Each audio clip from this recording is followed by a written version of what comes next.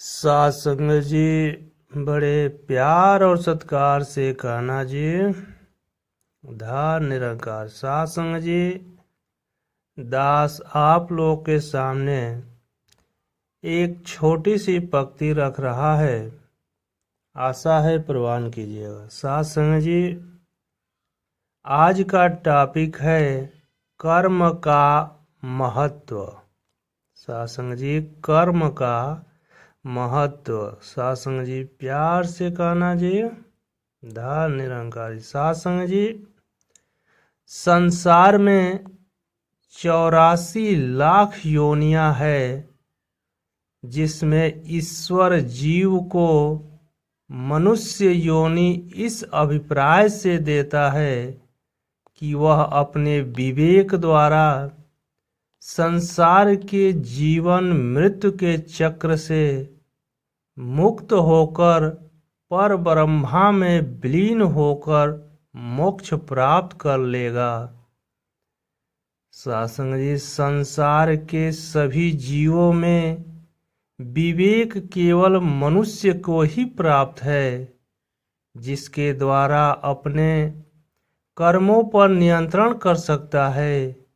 जीव की पहचान उसके कर्मों से होती है।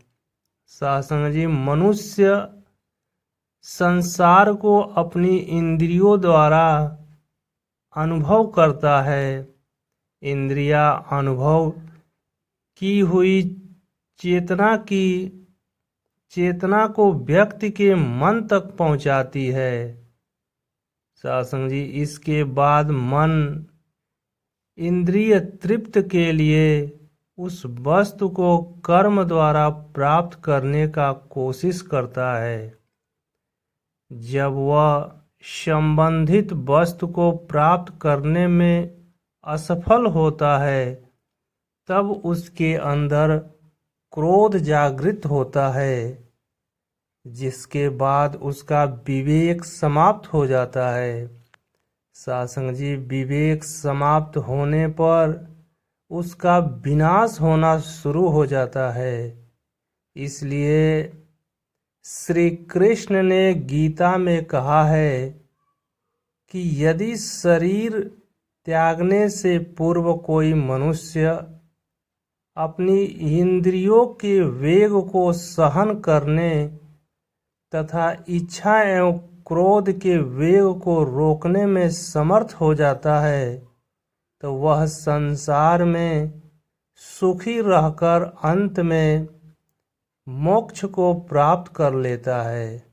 सासंग जी, इंद्रियों के वेग को रोकने के लिए योग के जरिए मन तथा कर्म पर नियंत्रण, संयम एवं अभ्यास करना चाहिए। इस प्रकार नियंत्रित मन शुभ और निष्काम कर्म की तरफ प्रेरित होता है। इसके बाद ही मनुष्य समाधि द्वारा अपनी चेतना को परम चेतना में विलीन कर सकता है, जिसे मोक्ष कहा जाता है। जो लोग अपनी इंद्रियों को नियंत्रित कर शुभ कर्म करते हैं, वे मानव जीवन के परम उद्देश्य को प्राप्त कर लेते हैं, और जो बुरे कर्मों में लिप्त रहते हैं, वे 84 लाख योनियों के फेर में फंसे रहते हैं। सासंग जी, इसको देखते हुए ही मानस में कहा गया है, शुभ अरु अशुभ कर्म अनुहारी, इंसु देह फलो हृदय विचारी। यानी शुभ और अशुभ कर्मों के अनुसार ईश्वर हृदय में विचार कर फल देता है। जो कर्म करता है वही फल पाता है। यही वह मंत्र है जिसे आत्मसात करके हम अपने जीवन को सुगम एवं सार्थक बना सकते हैं। सार्थक बना सकते हैं। साथ संगत जी बड़े प्यार और सत्कार से कहना जी धन निरंकारी। साथ संगत जी दास अंत में संपूर्ण अवतार वाणी का कुछ पद रख रहा है, आशा है प्रवान कीजिएगा। साथ संगत जी अपना एक ठिकाना तज के दर दर धक्के खाओ न। साथ संगत जी अपना एक ठिकाना तज के दर दर धक्के खाओ न। सदा रहो घर गृहस्थी अंदर भगवे वेश बनाओ न। साथ संगत जी सदा रहो घर गृहस्थी अंदर भगवे वेश बनाओ न। भीख मांगकर वेश बदल कर होना नहीं तू बंदे ख्यार। मेहनत करके करो कमाई बनो नहीं दूजे पर भार। साथ संगत जी मेहनत करके करो कमाई बनो नहीं दूजे पर भार। सदा रजा में राजी रहना भ्रम में समय गंवाओ न। सदा रजा में राजी रहना भ्रम में समय गवाओ न। कहे अवतार या चौथा प्रण है गृहस्थ छोड़ कहीं जाओ न। साथ संगत जी कहे अवतार या चौथा प्रण है गृहस्थ छोड़ कहीं जाओ न। साथ संगत जी पांचवा प्रण क्या है?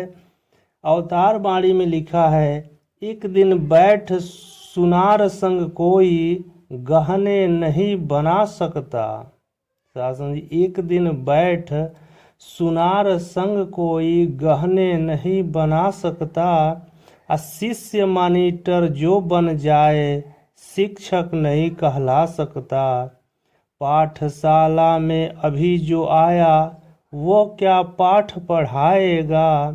अपना पाठ जो पक्का हो तो औरों को समझाएगा। साथ संगत जी ब्रह्म ज्ञान जो खोल रहा हूँ इससे ध्यान हटाना न। साथ संगत जी ब्रह्म ज्ञान जो खोल रहा हूँ इससे ध्यान हटाना न। कहे अवतार यह पंचम प्रण है यह बिन हुक्म बताना न। साथ संगत जी कहे अवतार यह पंचम प्रण है बिन हुक्म बताना न। साथ संगत जी बड़े प्यार और सत्कार से कहना जी धन निरंकार जी। साथ संगत जी ये था हरदेव वाणी का पद, आशा है प्रवान किए।